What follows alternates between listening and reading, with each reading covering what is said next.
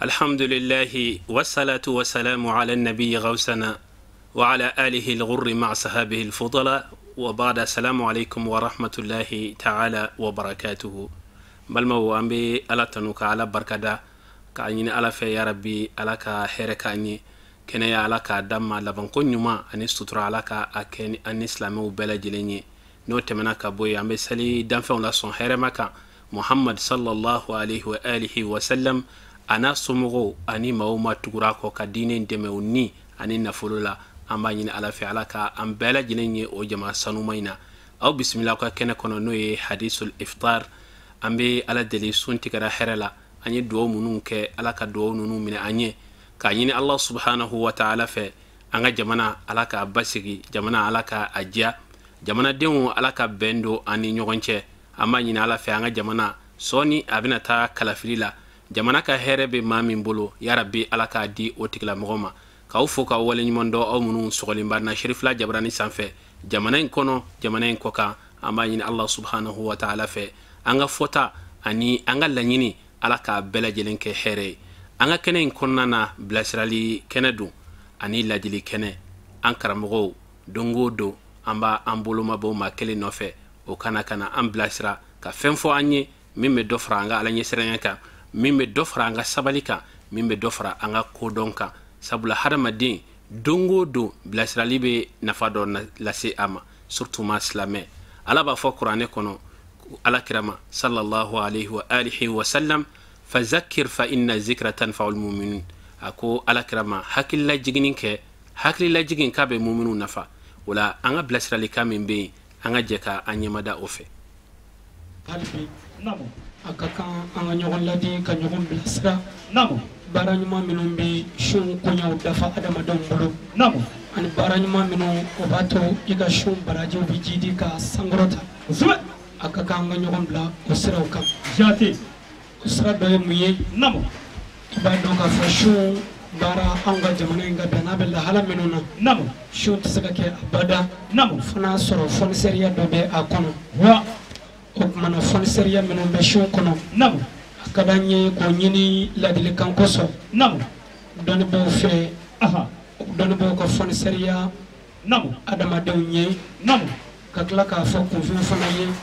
ko yere dama fona ko fon seriya nyonye zuba ka fon na fona tibuye nam ko fon seriya fandanka amba nyini ko fe ka fo shun kono nana nam ne fon seriya takalaje nam shun tsekata ni diminu te shoot sagata ni mini jute zube sagata ni polola bote jati o mana fon seriya do fenyi fo ka soro jon le maniana inni na folo o mana be sagata fon seri nam fon seri adloni be adama de kal limaniya fambade la nam ya adama de kala mal limaniya toy o de ko so be sagata kariya ka demendo abale madomo zube ibaye alakraba fo ka makan dola nam ako bela jelimbi aljina lanyine allah subhanahu wa ta'ala fe nam nga ko aljina rabbi jamakul nani nyini o jamakul nani na nam alakrai da dola ko mangutu fo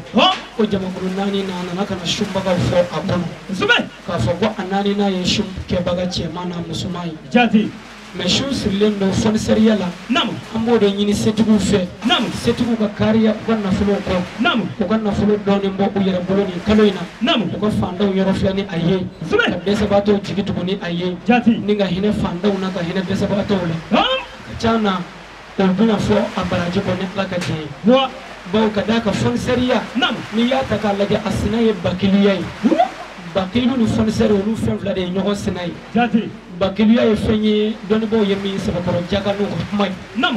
o mana bakilu harfu nani nam a harfu kilo kile nam abi jo wele kata wale mo wale mi yok mashudi wale wa o mana alaka kishi bakilu ya ambe ankara mo foka a wale nyimandon akani blasrali kanna amba yini allah subhanahu wa ta'ala fe ya rabbi alaka ambela jelenke funisre bal maslamo funisre na faka bon kosobe sabla foni sire ni yayi mo mogola fende madaman be abe otikila mogola foni sire abe mogola foka ta soro atikila mogo akono jelendo mauma kono jelente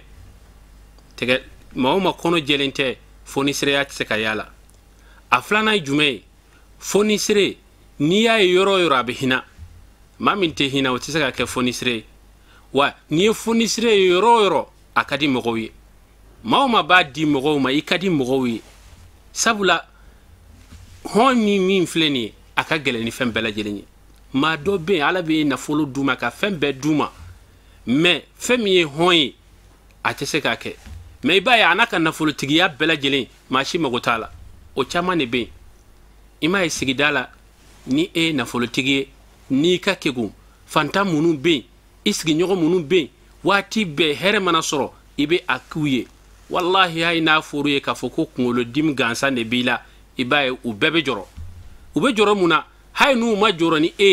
homi ni meka kuye o hon yalma o bena ka chogodi wa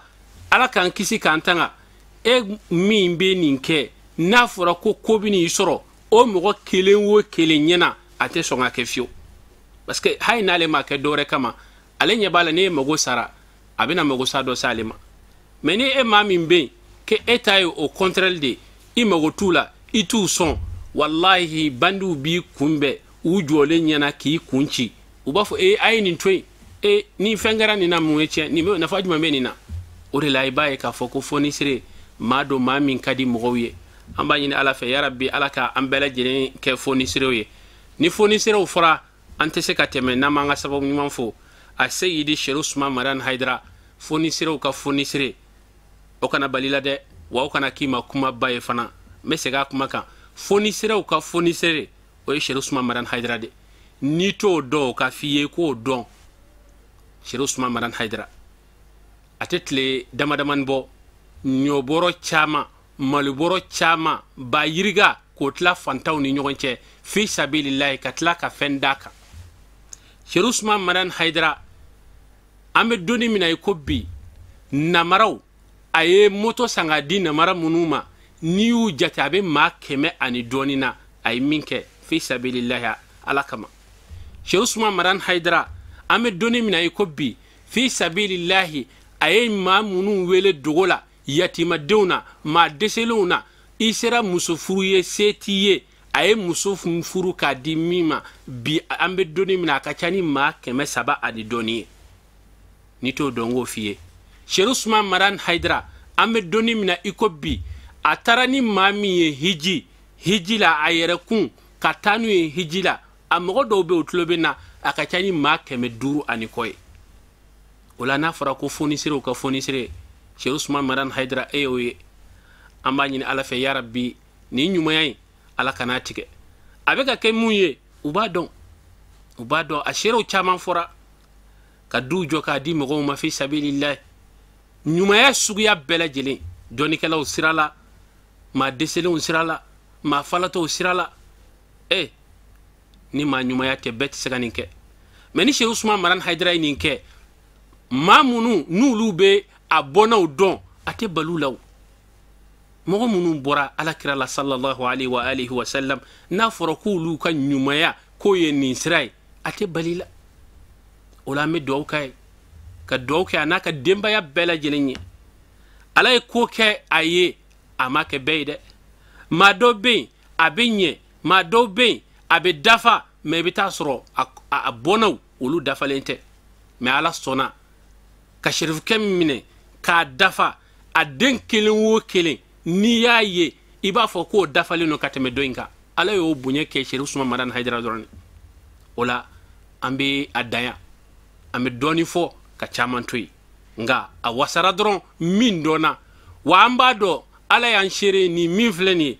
na ya me afela ko bate me aka kankara mo ka ku nyumaya do be aka waliya do be mawka do abeka na ke jakuma boy ka bogodaka ambe ala deli shijani kenya ala ko di ama abe min fo anye suni tle ya rabbi ala ka antlo ke tlo kunandiuye ko la delika nonu me ambe jamiatul ansardin achema amusuma amba bela jelenfo jamiatul ansardin tonde be jia yoro amba be fo ka be wal nyimondo ka do ka be ka fo ala ka sungole timmi ka fo lise islam bela jelema kren yala aw munu sogole me Cherif la jabrani sanfe jamana kono hadisul iftar ale kono amma ni ala fi ala ka sigwira irana wa assalamu alaikum wa rahmatullahi ta'ala wa barakatuhu